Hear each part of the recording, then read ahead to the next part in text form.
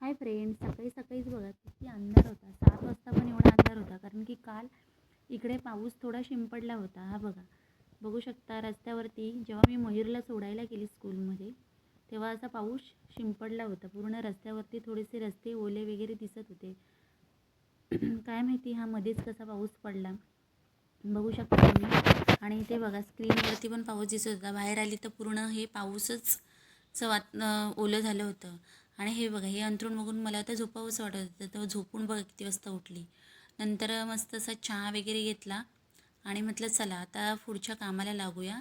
तर काम तर माझं सकाळीच झालं होतं, कारण की सकाळी मी 5 वाजताच उठली होती. तर झाडू वगैरे अंथरूण वगैरे काढून सकाळीच झालं होतं. तर बाकीची थोडीशीच कामही बाकी होती, जी की जे मयूरला स्कूलमध्ये जाताना टिफिन वगैरे करून दिला होता त्याचीच भांडी होती आणि चहाची वगैरेच भांडी होती.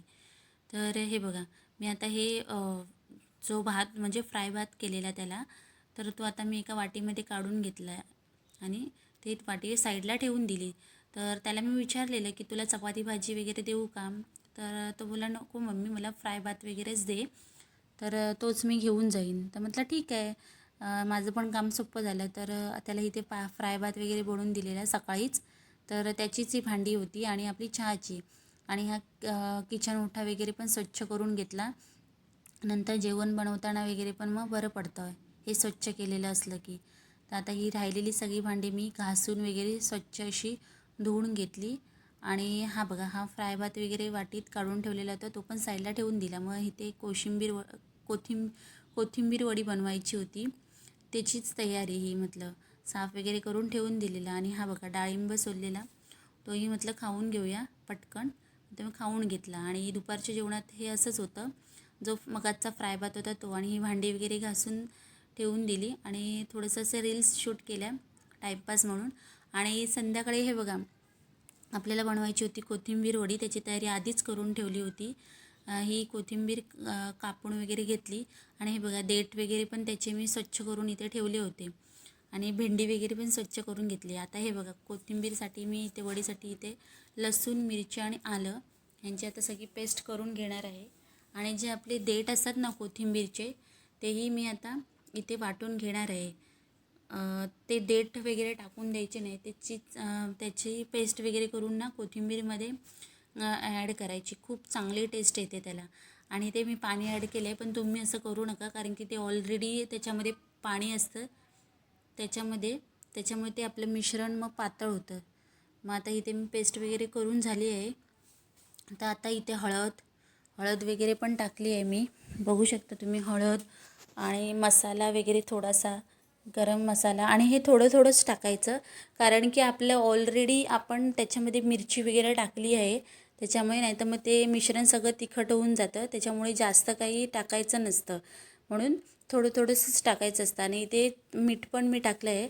मीठ पण तुम्ही बघून टाका, कारण की ऑलरेडी कसं आहे ते पालेभाजीसारखं असल्यामुळे ते कसं खारट वगैरे पण होऊ शकतं. म्हणून जास्त काही आपण मीठ टाकायचं नाही, बघूनच ॲड करायचं आहे. आणि इथे बघा, हे मी तीळ घेतले आहेत. तीळ आपले हे पांढरे तीळ असतात ना, तेही मी ॲड केले आहेत, बघू शकता तुम्ही. तुम्ही आतमध्ये टाकू शकता किंवा वरूनही टाकू शकता. मी हे आतमध्ये टाकले आहेत. चांगले लागतात ते खाताना. कोथिंबीर वडी ना छानच लागतात त्या. तुम्ही एकदा ट्राय करून बघा.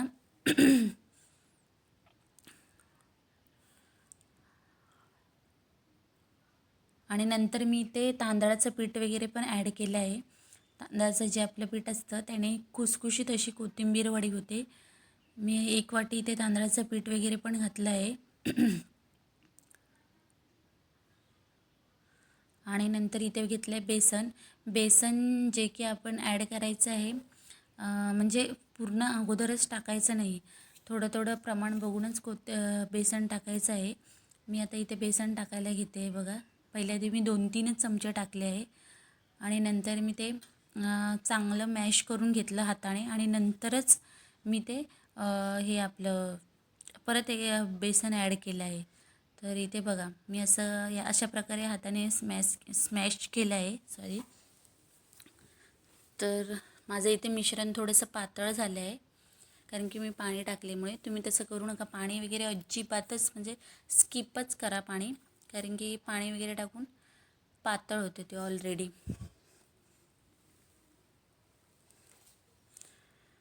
तर हे बघा, आणि नंतर मी अशा प्रकारे हे बनवून हातावर असं घेऊन गोळे वगैरे करून, हे बघा बघू शकता तुम्ही. हे माझं पातळ खूपच झालेलं, पण ऑलरेडी मला कसं करता येतं म्हणून ते माझं झालेलं आहे. पण तुम्ही जर कराल तर पहिल्यांदाच तर पाण्याचा अजिबातच वापर करू नका. हे बघा बघू शकता तुम्ही. आता हे मी सगळं कुकरचे जे आपले डबे असतात त्याच्यामध्ये ठेवले आहेत, कारण की आता मी कुकरलाच लावणार आहे. सगळं चार शिट्यांमध्ये होऊन जाते, 4-5 शिट्यांमध्ये. आणि हात पण बघा किती मेसी झाले आहेत. तर मी तिथे आता हात पण धुवून घेते, म्हणजे कसं दुसऱ्या भांड्यांना वगैरे पण लागणार नाही. आणि ते चव पण बघून घेतली परत एकदा, बरोबर मीठ वगैरे लागलं आहे की नाही. आणि आता ह्या कुकरच्या भांड्यांमध्ये मतलब कुकर पण लावून घेते भाताचा. आणि हे बघा किती सारी भांडी पडली आहेत. आणि ही वाल्याची भाजी, जे वाल वगैरे सोलून घेतले, आणि आता इथे वाल्याची भाजी वगैरे पण बनवून घेतली, बघू शकता तुम्ही. आणि हे बघा आपले कोथिंबीर वड्यांचं वाफवून वगैरे झाले आहे मी, आणि अशा प्रकारे कटिंग केलं आहे. आणि बघा तळून वगैरे एवढे मस्त आणि खुशखुशीत झालेले ना, तुम्ही एकदा करून बघा. चवीला तर एकदम छान होतात. आणि मग अशी एवढी भांडी घासली तर ही बघा एवढी सगळी भांडी परत झाली. आणि रात्री झोपताना हे बघा, हे मी वॅसलीनचं लोशन लावून झोपते थंडीमध्ये, म्हणजे स्किन केअर वगैरे करते अशी. आणि हे वॅसलीन ओठांना लावायचं जे आपलं असतं तेही लावते, म्हणजे कसे आपले थंडीतून ओठ वगैरे पण फुटत नाहीत ना, म्हणून. हातांना वगैरे पण लावून घेतलं. चला आता झोपायची तयारी. Good night friend.